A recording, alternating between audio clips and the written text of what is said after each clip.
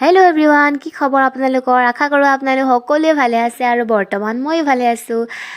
ভিডিঅ'টো আপোনালোকক মই যোৱাকালি দিম বুলি ভাবিছিলোঁ, কিন্তু দিব পৰা নাছিলোঁ। আচলতে মই ভিডিঅ' এডিট কৰিবলৈ বহুত এলাহ কৰোঁ আৰু বৰ ভালকৈ এডিট কৰিব নাজানো। তথাপিও উপায়টো নাই, দিবতো লাগিবই।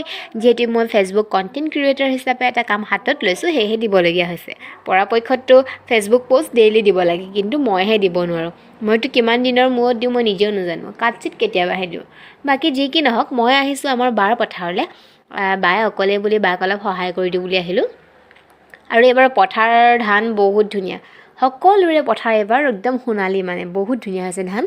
কিন্তু এইখিনি ধানৰ প্ৰব্লেমটো এটাই হ'ল যে ধানখিনি পৰি গ'ল। যিমান যি হ'লেও থিয় হৈ থকা ধানখিনি দাবলৈ সহজ হয় নাই, স্পীডটো যায়। কিন্তু এই পৰি থকা ধানত দাবলৈ অকণমান আমনিদায়ক হয়, চব মিজুখীয়া হৈ থাকে যে আচলতে, সেইকাৰণে। যি কি নহওক, দাই ভালেই লাগিলে ধান।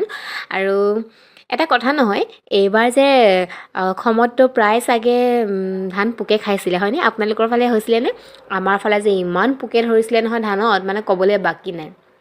আপুনি যদি খেতিয়কৰ মুখকেইখন চাই নহয়, বহুত চিন্তিত হিচাপে দেখিলে। আৰু হয়ো, কিন্তু এটা কথা, যি কি নহওক কষ্টৰ ফল সদায় মিঠা বুলি কয়, সেয়া প্ৰমাণ।